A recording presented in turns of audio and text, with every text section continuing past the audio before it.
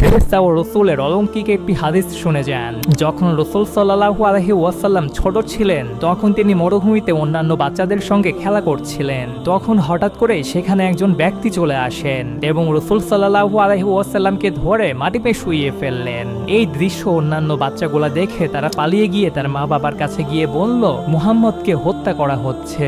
আর এইদিকে সেই ব্যক্তি রসুলকে ধরে তার বুক কেটে ফেললেন এবং তার বুক থেকে হৃদয় বের করলেন এবং হৃদয় থেকে একটি কালো অংশ বের করে ফেলে দিলেন আর বললেন, এইটা ছিল শয়তানের একটি অংশ যা আমি তোমার হৃদয় থেকে ফেলে দিলাম। এরপর রসুলের হৃদয় জমজমের পানি দিয়ে ধুয়ে দিলেন এবং হৃদয় বুকের মধ্যে ঢুকিয়ে দিয়ে বুক লাগিয়ে দিলেন। এরপর সে ব্যক্তি সেখান থেকে চলে গেলেন। আর এই ব্যক্তিটি কোনো মানুষ ছিল না, ইনি ছিলেন ফেরেশতা জিব্রাইল আলাইহিস সালাম। আর এই ঘটনাটি রসুলের হৃদয় উন্মোচনের ঘটনা। আপনারা কি বলতে পারবেন এই একই ঘটনা রসুলের জীবনে আবার কখন ঘটেছিল? কমেন্টস করে জানাবেন এবং চ্যানেলটি অবশ্যই সাবস্ক্রাইব করবেন।